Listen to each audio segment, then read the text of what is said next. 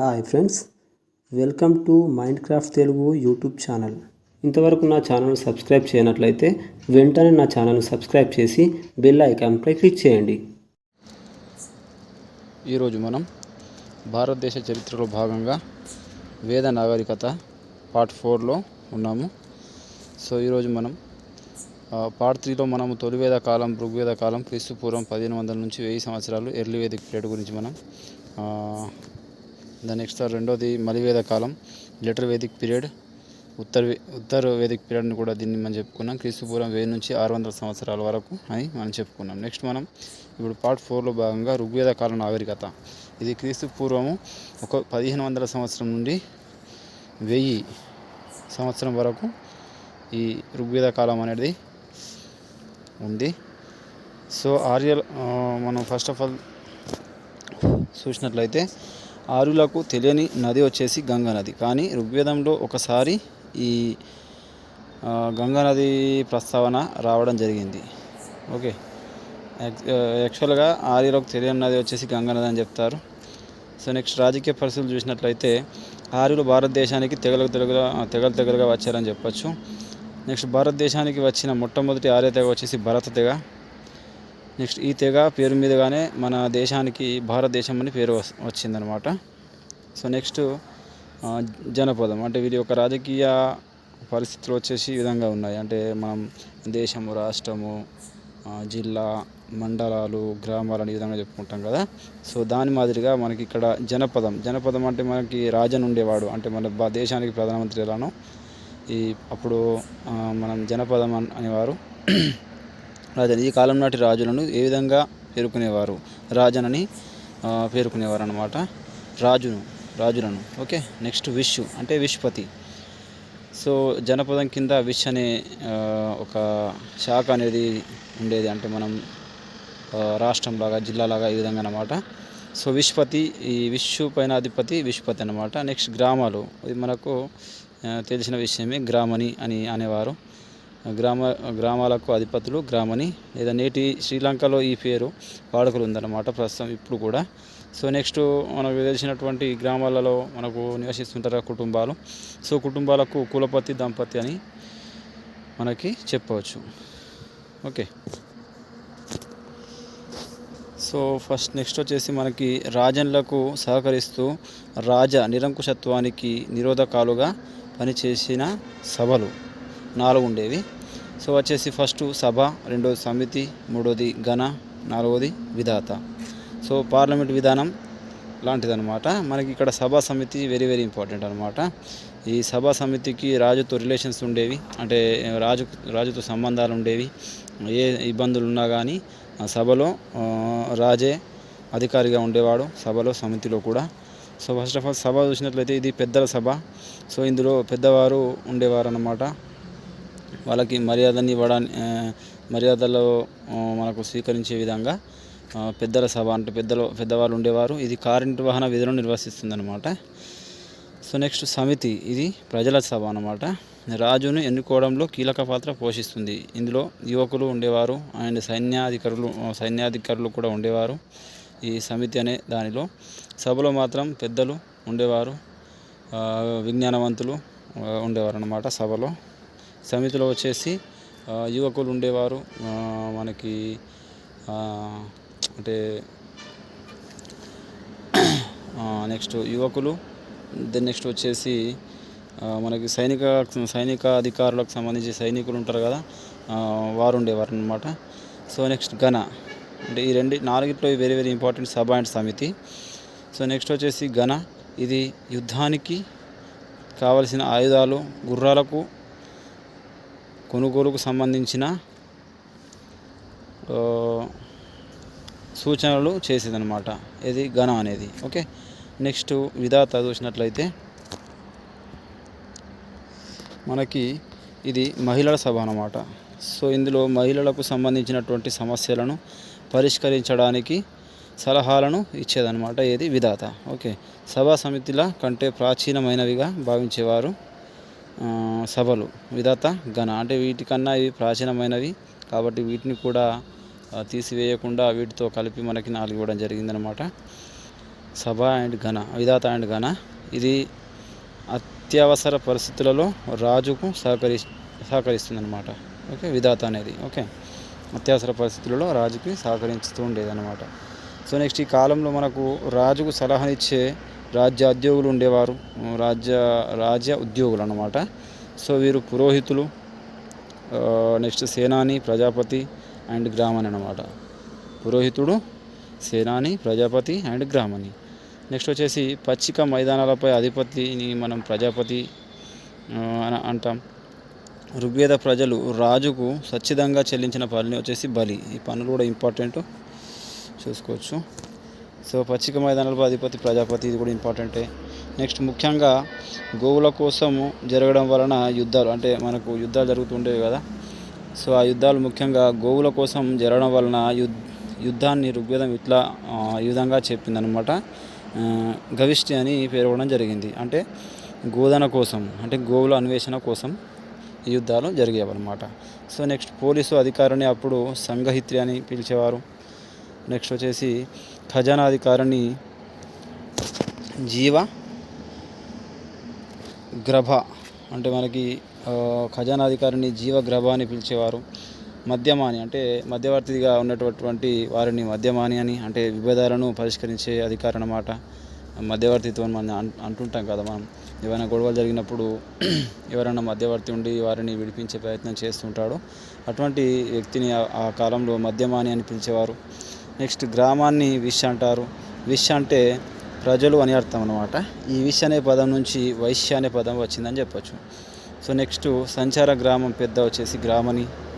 ఋగ్వేద కాలం నాటి సాధారణ నేరాలు దొంగతనం, మోసం, గోగ్రహణం, పశువుల అపసంహరణ, దారి దోపిడీ, గర్భస్రావం.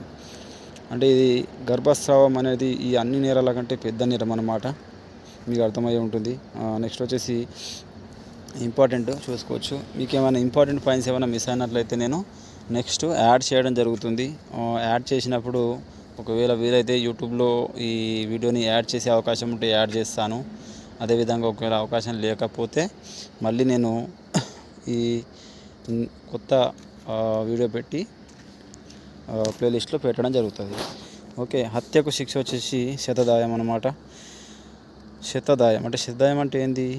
100 ఆవులు కానీ, శత అంటే 100 కాబట్టి ఏవైనా 100 ఆవులు కానీ 100 నాణేలు కానీ చెల్లించడం అనమాట. శతదాయం అంటే 100 ఇవ్వడం అనమాట. దాయం అంటే మనం దానం చేయడం మాదిరిగా ఇవ్వడం, అంటే హత్యకు శిక్ష అనమాట ఇది.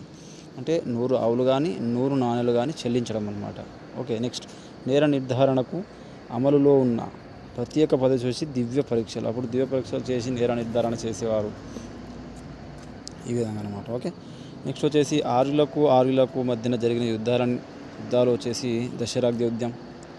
సో ఈ దశరాజ్ఞ యుద్ధము, ఈ యుద్ధంలో మహాభారతం కంటే ముందే జరిగిందనమాట. ఓకే, ఈ దశరాజ్ఞ యుద్ధం అనేది మహాభారతం కన్నా ముందే జరిగిందని చెప్పొచ్చు. కానీ మీకు నేను మహాభారతం అనేది ముందే చెప్పేశాను కానీ ఈ యుద్ధం అనేది మహాభారతం కన్నా ముందే జరిగింది. సో యుద్ధాన్ని గురించి ఋగ్వేదంలో 7వ మండలంలో ప్రస్తావించబడింది. ఈ యుద్ధం సుమారు క్రీస్తు పూర్వం 1000వ సంవత్సరంలో జరిగినట్లుగా తెలుస్తుంది. సో అక్కడ మనకు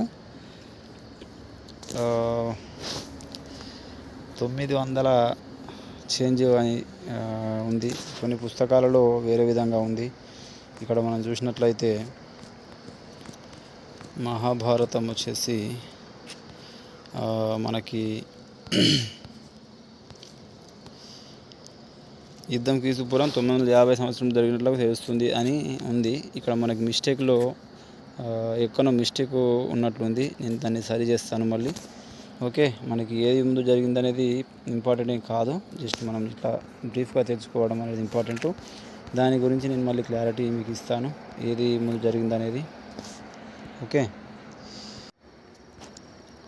ఓకే, మనకి దశరాజ్ఞ యుద్ధం అనేది ముందుగా, అంటే మహాభారతం కన్నా ముందే జరిగింది. ఎందుకంటే క్రీస్తు పూర్వము 1000వ సంవత్సరంలో జరిగింది.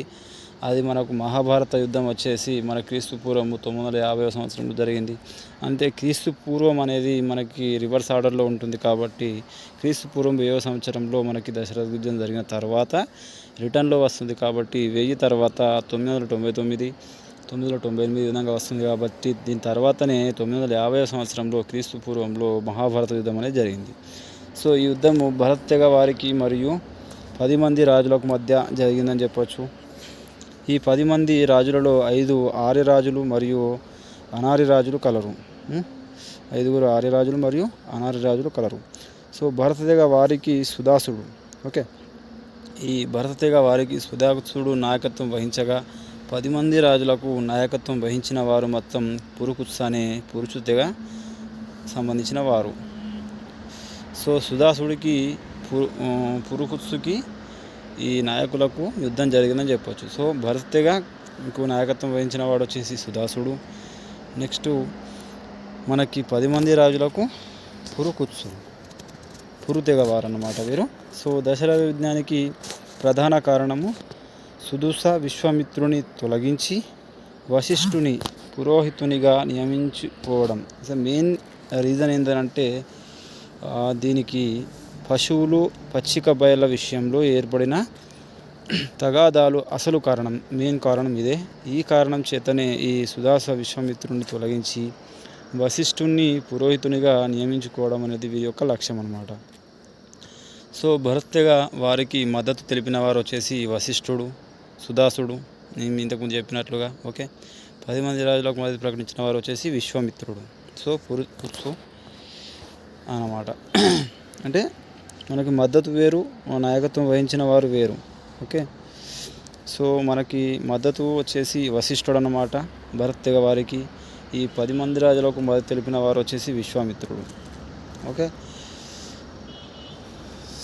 సో నెక్స్ట్ వచ్చేసి మనకి ఇక్కడ నాయకత్వం వహించిన వారు సుదాసుని తరపున వశిష్ఠుడు అనే వారు మద్దతు తెలిపారు. 10 మంది రాజులకు వచ్చేసి పురుకుత్స అనే అతను మనకి నాయకత్వం వహిస్తే మద్దతు తెలిపిన వారు వచ్చేసి విశ్వామిత్రుడు. మీకు ఏమైనా కన్ఫ్యూజన్ ఉంటే క్లారిటీ తీసుకోవచ్చు. ఓకే, దశరాజ్ఞ యుద్ధం జరిగిన నది తీరు వచ్చేసి పురుని నది తీరం అన్నమాట. భరత తెగ వారి విజయానికి ప్రధాన కారణం వచ్చేసి అశ్వదళం. అంటే మొత్తం మీద మనకి భరత తెగ వారు విజయం పొందినట్లు మనకి ఇక్కడ తెలుస్తుంది. అశ్వదళం దీనికి ప్రధాన కారణం అని చెప్పచ్చు. నెక్స్ట్ వచ్చేసి తర్వాత కాలంలో భరత తెగ వారు పురు తెగ వారితో వైవేక సంబంధాలు ఏర్పాటు చేసుకోవడం వల్ల, అంటే కొన్ని సంవత్సరాల తర్వాత ఈ సంబంధాలు ఏర్పాటు చేసుకోవడం వల్ల ఆవిర్భవించిన నూతన తెగ వచ్చేసి కురు తెగ అన్నమాట. ఓకే, భరత తెగ పురు తెగ ఈ రెండు కలవడం వలన కురు తెగ అనేది ఆవిర్భవించడం జరిగింది. సో ఈ కురు తెగ వారే పాండవులు కౌరవులుగా ఏర్పడినారు. ఓకేనా, అంటే మనకు దసరా యుద్ధం ముందు జరిగిందని చెప్పడానికి మెయిన్ రీజన్ ఇదే అన్నమాట. ఎందుకంటే ఈ భరత తెగ కురు తెగ వారి సంబంధాల వల్లనే కురు తెగ అని ఆవిర్భవించింది. ఈ కురు తెగ వారే పాండవులు కౌరవులుగా ఏర్పడినారు. ఈ పాండవులకు కౌరవులకు మధ్య జరిగిన యుద్ధమే మహాభారత యుద్ధం. ఓకే, సో వీరి మధ్యన జరిగిన యుద్ధమే కురుక్షేత్ర యుద్ధం అన్నమాట. ఓకే, ఈ కురుక్షేత్ర యుద్ధంలో భాగమే మహాభారత యుద్ధం. సో నెక్స్ట్ సాంఘిక పరిస్థితులు మనం చూసినట్లయితే, సో ఋగ్వేద మలివేద ఆర్యుల సమాజం వచ్చేసి పితృస్వామిక వ్యవస్థ. ఓకే, మనకి సింధు నాగరికత కాలంలో వారి యొక్క కుటుంబ పెద్ద వచ్చేసి అంటే ఇంటికి పెద్ద తల్లి అన్నమాట. ఇక్కడ మనం చూసినట్లయితే ఇంటికి పెద్ద తండ్రి, అంటే పితృస్వామ్య వ్యవస్థ. అక్కడ మాతృస్వామ్య వ్యవస్థ అయినట్లయితే ఇక్కడ మనకి ఋగ్వేద కాలంలో పితృస్వామ్య వ్యవస్థ అన్నమాట. ఋగ్వేద సమాజానికి మూలం వచ్చేసి కుటుంబం అన్నమాట. అంటే కుటుంబ పెద్ద వచ్చేసి కులపతి, దంపతి, గృహపతి. మనం ఇంతకుముందు చెప్పుకున్నట్లు ఈ విధంగా ఉంది. సో ఋగ్వేద సమాజంలో స్త్రీ స్థానము గృహిణిగా మత కార్యకలాపాలలో భర్తతో సమాన హోదా ఉండేది ఋగ్వేద కాలంలో. కానీ అదే నెక్స్ట్ మనం మలివేద కాలంకి వచ్చేసరికి అప్పుడు భర్తతో సమాన హోదా అనేది ఉండదు. అదేవిధంగా కార్యక్రమాలలో పాల్గొనే అవకాశం కూడా తగ్గిపోతుంది. నెక్స్ట్ మనం చెప్పుకుంటాం మలివేద కాలం గురించి. సో మీకు ఒక జస్ట్ అలా గుర్తుంచుకోవడానికి చెప్తున్నాను. అంటే ఋగ్వేద కాలంలో స్త్రీ యొక్క హోదా బాగానే ఉంటుంది, కానీ మలివేద కాలంలో స్త్రీ యొక్క హోదా తగ్గిపోవడం జరుగుతుంది. దాని యొక్క స్థానం అన్నమాట, స్త్రీ స్థానం. ఓకే, ఈ కాలంలో స్త్రీలకు సమాజంలో అత్యున్నత స్థాయి ఉండేది. ఈ కాలంలో స్త్రీని ఎత్ర నార్యంత్రు పూజ్యంతు రమంతే అని మనుస్మృతి తెలియజేస్తుంది అనమాట. అంటే ఎక్కడైతే స్త్రీలు ఉంటారో అక్కడ స్త్రీలకు గౌరవం ఉంటుందన్నమాట. ఓకే, అంటే మనకి అంటే ఎత్ర నార్యంతు పూజ్యంతే రమంతే అంటే దీనికి మీనింగ్ ఈ విధంగా ఉందన్నమాట. అనగా స్త్రీలు ఎక్కడైతే పూజించబడతారో అక్కడ దేవతలు కొలువై ఉంటారు అని అర్థం. ఓకే, ఇట్లా. సో నెక్స్ట్ వచ్చేసి ఈ కాలంలో స్త్రీలకు సంబంధించిన ఈ కింది అంశాలు కలవు. సో మనకి వరుణి ఎన్నికలలో స్వాతంత్రం ఉండేది. అదేవిధంగా బాల్య వివాహాలు లేవు. సంతానం లేని వితంతువులకు వివాహ అర్హత ఉండేది. అదేవిధంగా విద్యార్జనకు అవకాశం ఉండేది. సభా సమితుల్లో ప్రాధాన్యం ఉండేది. స్త్రీలకు ఉపవాస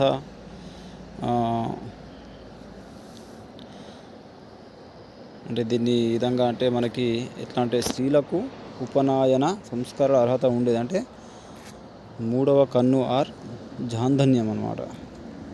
అంటే ఇప్పుడు మనకి చెప్తాను చూడండి. ఈ కాలంలో నియోగి ఆచారం ఉంది. అంటే భర్త మరణిస్తే అతని సోదరుణ్ణి వివాహమాడే ఆచారం ఉండేదన్నమాట అప్పట్లో. సో ఇక్కడ స్త్రీలకు ఉపనయన సంస్కార అర్హత అంటే మూడవ కన్ను లేదా జాంధున్యం ఉండేదన్నమాట.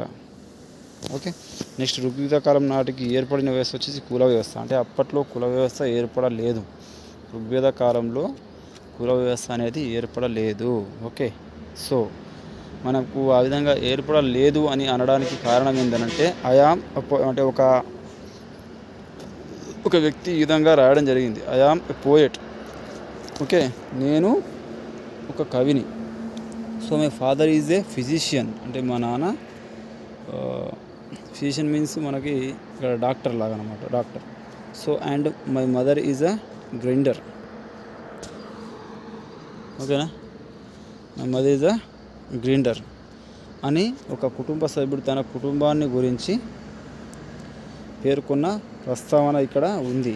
ఇక్కడ ఉంది, అది ఋగ్వేదం అన్నమాట. ఓకే, అంటే ఇక్కడ ఒక కుటుంబంలోని వేరే అంటే ఒక కుటుంబంలోని వ్యక్తులు వేరే వృత్తులను పాటించారు. అంటే అక్కడ కుల వ్యవస్థ లేనట్లే లెక్క, ఈ విధంగా అనమాట. Okay, I am a poet, my father is a physician and my mother is a grinder. Okay, so next వచ్చేసి పై ప్రస్తావన తెలియజేస్తున్న అంశము ఒకే కుటుంబంలోని సభ్యులు వేరు వృత్తులను స్వీకరించడం. అంటే వృత్తులు కులాలుగా మారకపోవడము. అప్పుడు వృత్తులు కులాలుగా ఇంకా మార్పు చెందలేదు. వృత్తులు ఉన్నాయి కానీ కులాల మార్పు అనేది లేదు. కులాలుగా అప్పుడు అభివృద్ధి చెందలేదు. సో ఋగ్వేద ఆర్యుల ఆహారం వచ్చేసి బార్లీ, మాంసం, శాకాలు, పండ్లు. వరిని ఆర్యులు ఏమని పిలిచేవారు అంటే వ్రీహి అని పిలిచేవారు. అంటే వారికి వరి లభ్యమైన ప్రదేశాలు వచ్చేసి హస్తినాపురము, అజ్రంతి, ఖేరా. ఓకే, అంటే వరి లభ్యమైన ప్రదేశాలు హస్తినాపురం, వజ్రంగి అండ్ ఖేరా.